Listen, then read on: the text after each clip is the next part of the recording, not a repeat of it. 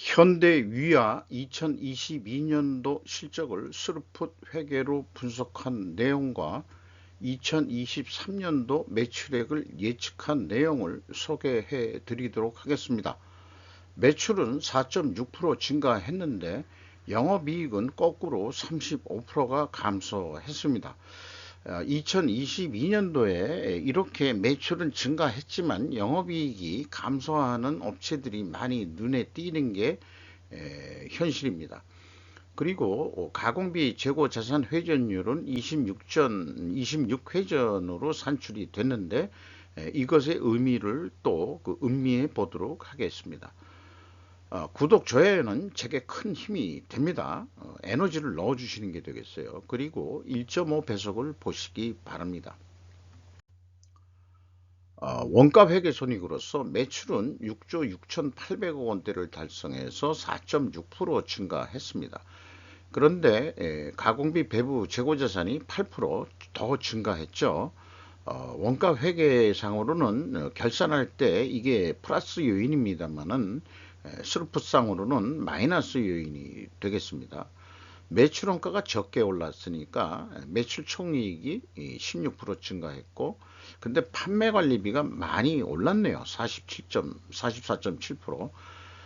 그래서 영업이익이 891억 원으로 떨어져 가지고 33.5% 하락한 것으로 원가 회계는 결산이 됐습니다. 스루풋 회계는 매출에 비례하는 매출 재료비는 5조 4,700억 원대로서 3.8% 증가했습니다. 매출 증가율보다 적게 증가했기 때문에 원재료 가격이 하락했다라고 1차 추론을 할 수 있는데, 추론이 나왔다 하더라도 현재와 같은 인플레 시대에 가능한 일이겠느냐. 현대위아가 자동차 부품을 만드는 회사인데 그게 가능한 일일까 하는 의문을 손익계산에서 먼저 하고 들어가게 됩니다. 스루풋율은 0.7% 상승했고요. 마진율이 좀 올랐다는 얘기죠. 그리고 운영비용이 14.6% 증가했습니다. 그래서 생산성 좀 떨어졌고, 영업이익은 869억 원으로서 원가회계 영업이익보다 22억 원이 적은 수치입니다. 이것은 재고자산이 역시 증가했기 때문입니다. 재고자산 내역을 보면은 WCAI 가공비 배부 재고자산이 178억 원이 증가한 것이 원가회계 영업이익보다 영업이익이 스루풋 영업이익이 적게 나오는 원인이 되겠습니다. 여기에서 특이한 사항은 2019년까지는 상품과 제품을 분리했었는데 2022년도부터 상품의 비중이 얼마 안 많으니까 제품 및 상품으로 몰아버렸습니다. 이것이 일반적인 이 삼성전자도 이렇게 하거든요. 그래서 이런 추세를 봐서 상품에는 원래 가공비가 배부 안 되는 겁니다만은 포괄적으로 전체적인 관점에서 평가를 하기 위해서 WCAI에 항상 상품을 넣어버리는 표준으로 스루풋은 가고 있습니다. 그래서 비성분에서 분리가 될 경우에는 또 따로 식별을 합니다. 이런 얘기가 되겠고요. 그래서 비용의 성격적 분류 내용을 보면은 이 마이너스로 표현되는 것은 재고가 증가했다는 의미가 되겠습니다. 이 재고가 마이너스로 표현됐다는 얘기는 그만큼 판매 쪽으로 판매 쪽으로가 아니고 재고가 증가했다는 의미가 되겠어요. 매출원가 산식에 의해서 이렇게 이제 표현하게 되어 있습니다. 그리고 원재료 사용액 및 상품 매입액으로 되어 있는데, 요거 두 가지를 합쳐서 매출원가 재료비라고 명명을 하고 있고, 요게 3.7% 상승했어요. 그리고 운영비용은 14.6%나 크게 증가했습니다. 가공비율의 상승은 여기 이제 가공비율이 금액상으로 5.4% 증가했습니다만 비율적으로는 0.1% 상승했습니다. 가공비율의 상승은 원재료 가격이 하락했다고 2차 추론을 또 할 수 있겠어요. 그러면은 여기까지 봐서 원재료 가격이 진짜 하락했나? 이렇게 이제 생각을 하고 다음 단계로 또 넘어가 보도록 하겠습니다. 다음 단계는 우선은 이 회계 투명성을 검증하는 건데, PQ 총 제조 비용이 141억 원 차이가 있습니다.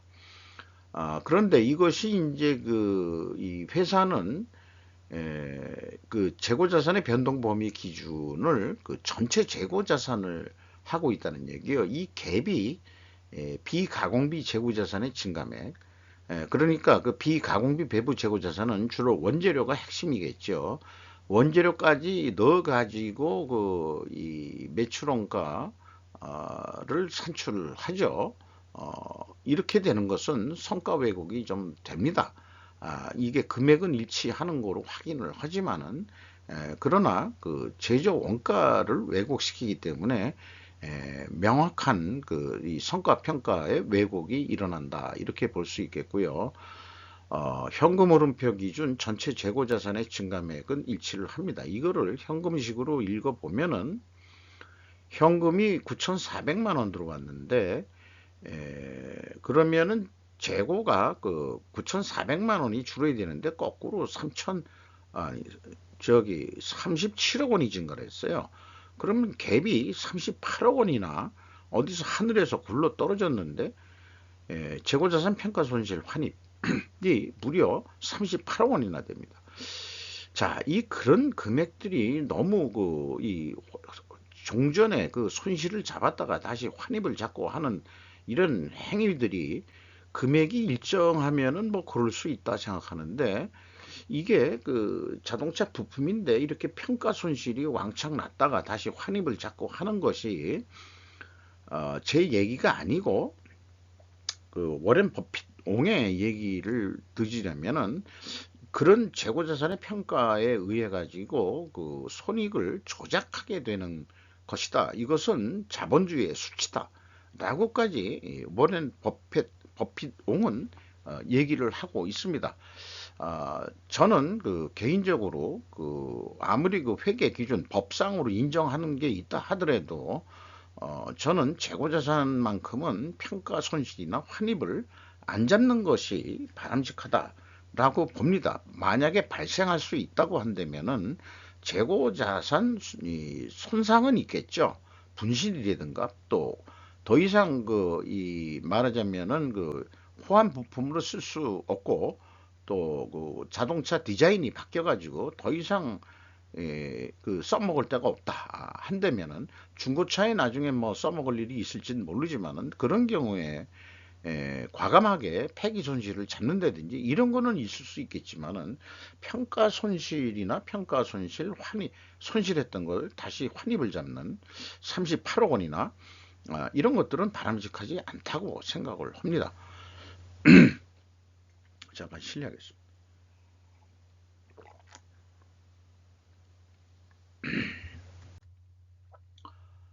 그리고 원가 회계 손익의 이 차이 22억 4,300만 원은 재고자산의 증감액, 가공비 배부 재고자산의 증감액에서 가공률을 곱하면은 일치를 합니다. 또한 이 PQ 이 매출원가 재료비의 차이도 요게 또 일치를 합니다. 그래서 스루풋 손익은 정확하다, 이렇게 이제 말씀드릴 수 있는 거고요.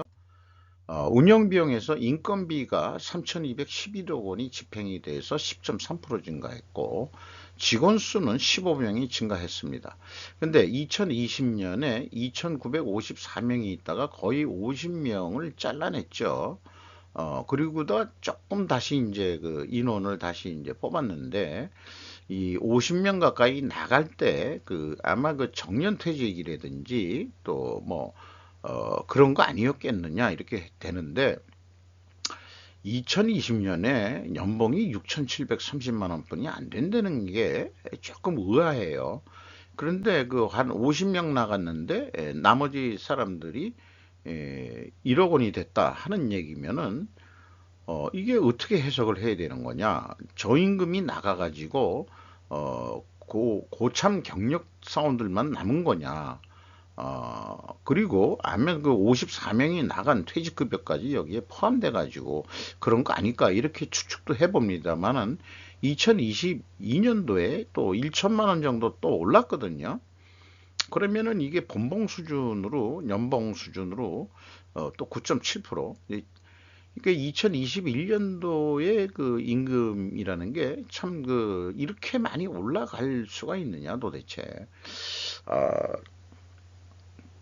진짜 그렇다면은 아주 이, 그러니까 현대 그룹으로서 그 쪽팔린다. 그래서 현대그룹 수준으로 줘야 된다.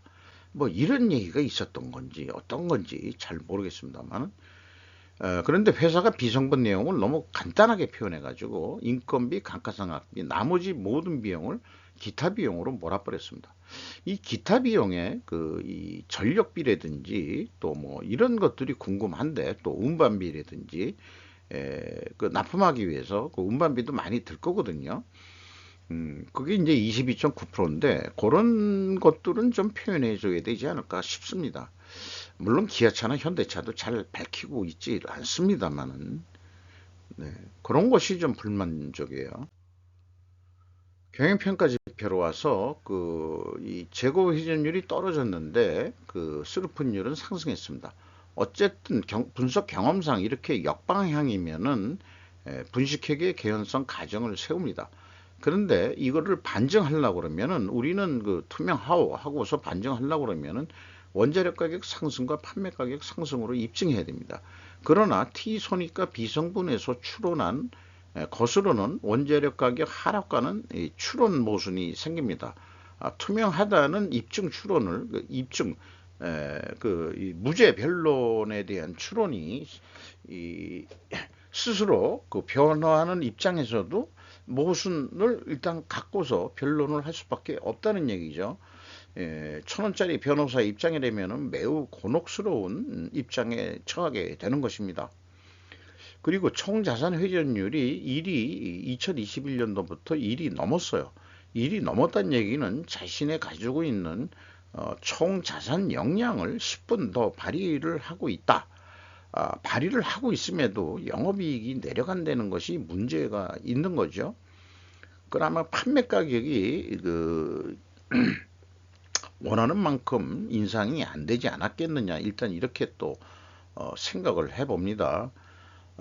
그러면은 원재료 가격이 상승이 됐고 판매 가격이 상승이 됐는지 회사가 공시하는 그 메뉴에서 확인을 해보면은 추론했던 대로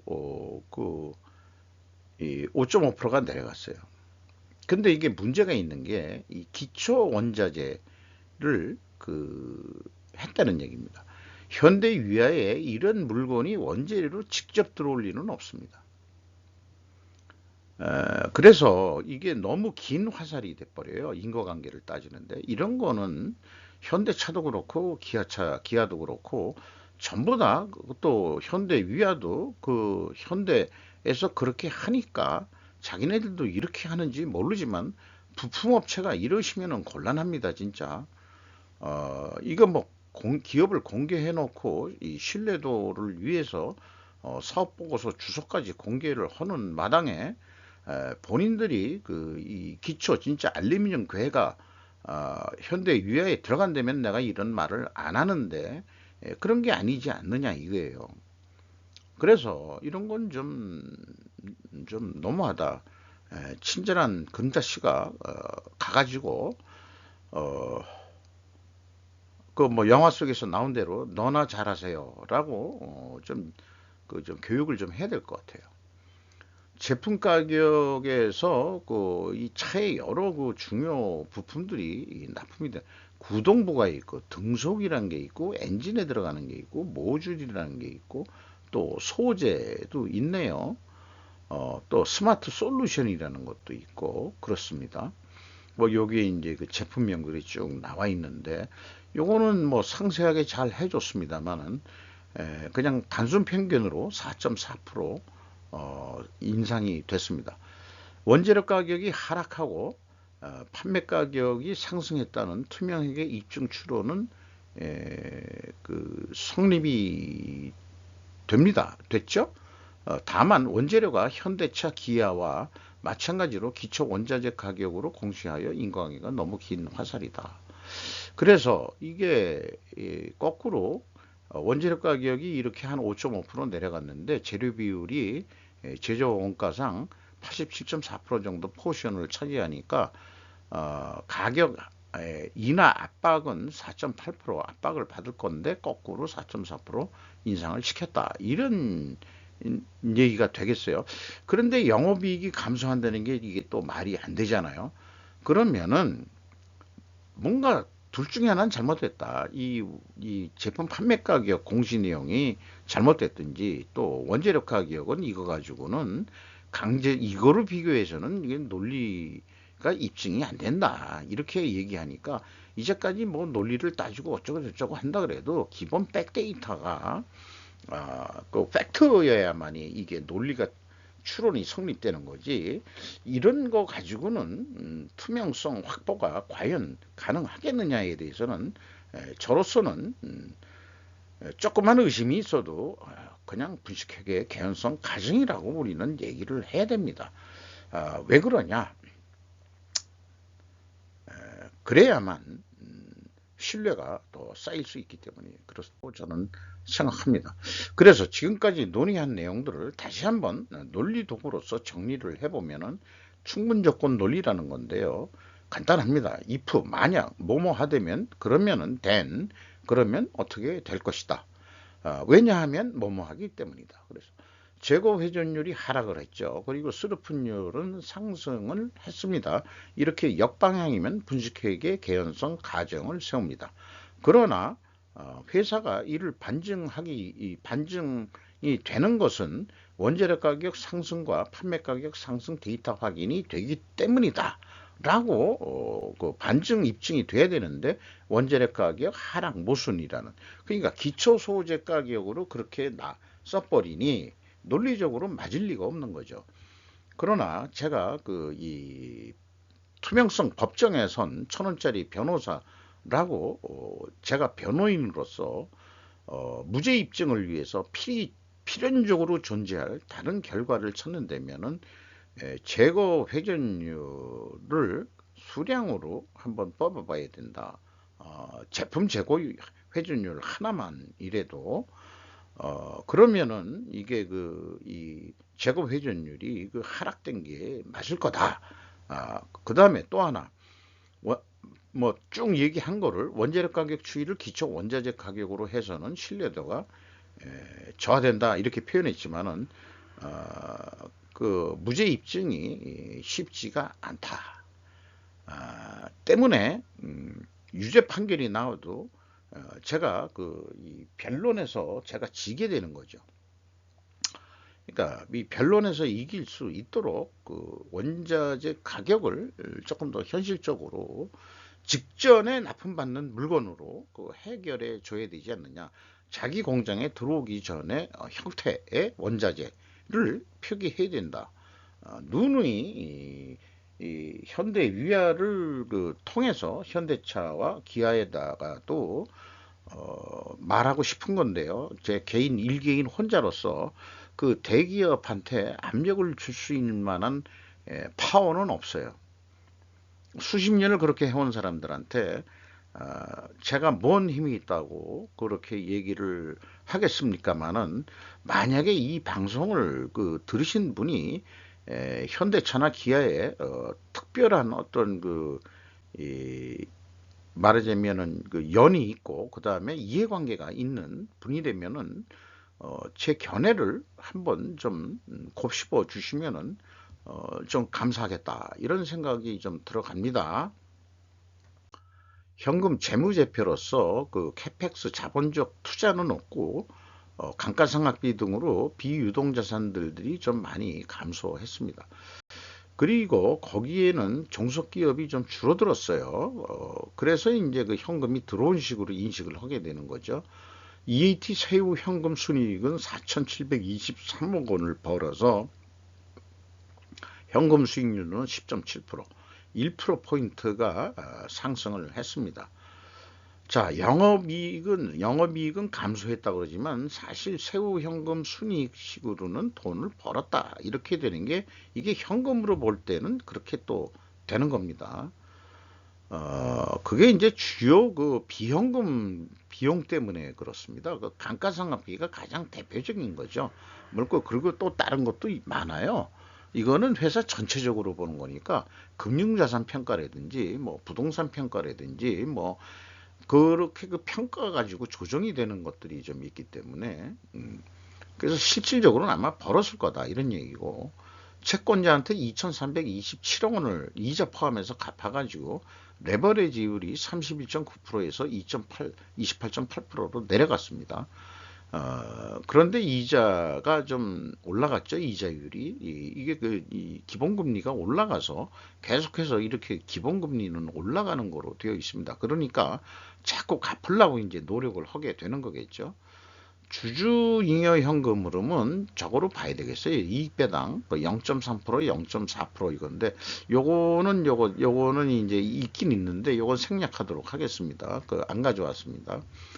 그래서 최종 그 4,493억 원의 현금을 벌었다. 이것이 현금으로 보는 또 지표인 게 되겠습니다. 영업이익은 원가 계산은 내려갔다고 되지만은 실질적으로는 짭짤하게 돈을 벌었다. 이것이 현금으로 보는 세계입니다. 현금 버퍼율 16.2%그 수준으로 유지하고 있고 이익잉여금은 447.9%로서 5% 정도가 내려갔습니다. 이렇게 해서 그 2022년도 실적을 가지고 2023년도 원가 회계의 논리대로 예측을 해본다면은 한 7조 원 정도 할 수 있지 않겠느냐. 요때 이제 영업이익은 똑같다고 봤습니다. 내려갔으니까 안 내려간다. 더 이상 지킨다. 마지노선을 여기서 지키자. 그런데 이제 또 깎았어요. 그 납품을 같은 계열이라고 그러지만은 현대차나 기아에다가 납품을 하는데 계열이라고 많이 안 깎고 그 우수리만 떼자. 우리도 야 그 체면이 있지 않냐. 그 현대나 기아 구매 쪽에서 그래서 그걸 하나의 그 단품 납품이라고 본다면 700만 원에 하자. 그러면은 이제 한 9만 원 돈 남을 줄 알았더니 한 4만 7천 원뿐이 안 남으니까 자 물량을 좀 더 좀 팔아야 되지 않겠어. 2%가 만약에 증액이 됐다 그러면은 어, 예상했던 것보다는 좀 모자라지만 한 100만 원 단위로 다시 환원하면은 한 863억 원 정도 이익을 낼 수 있겠다. 근데 2022년도 실적보다는 결국은 조금 내려가는 거죠. 가격이 깎여가지고. 뭐 이렇게 예상을 해봤고요. 요 경우 그 8% 재고가 증가한다고 봤습니다. 근데 거꾸로 원가 회계는 재고가 8% 감소하면은 영업이익 8,863억 원이 없어져 버려요. 87억 원으로 거의 없어져 버립니다. 이것이 이제 원가 회계의 맹점이기 때문에 끝없이 재고는 증가해야 된다는 유혹을 받게 되는 것이 원가 회계에 사는 사람들이 그것이 인생의 진리인 줄 알고 살고 있는 거죠. 매번 매 기업을 할 때마다 이것은 계속 제가 보여주는 거로 해야 될 것 같습니다. 왜냐 그러면은 원가 회계에 문제가 있다는 것을 누군가는 계속 얘기를 해야 되고 제 나름대로는 뭐 아직까지 제 구독자는 별 볼 일 없습니다만은 저는 이것도 이 패러다임의 세뇌 공작이라고 저는 믿습니다. 그래서 이거를 계속 말씀드리는 거고요. 그리고 비판만 하는 게 아니죠. 대안을 제시하는 거죠. 대안까지 제시하면서 비판을 해야 이게 올바른 비판이라고 저는 생각합니다. 대안을 제시할 수 있고 그 대안이 오히려 더 합리적이라는 거죠. 그리고 재고 회전율은 오늘도 내일도 계속 향상시켜야 된다 하는 것은 거의 뭐 이거는 아무리 강조해도 지나치지 않은 바벨 전략입니다.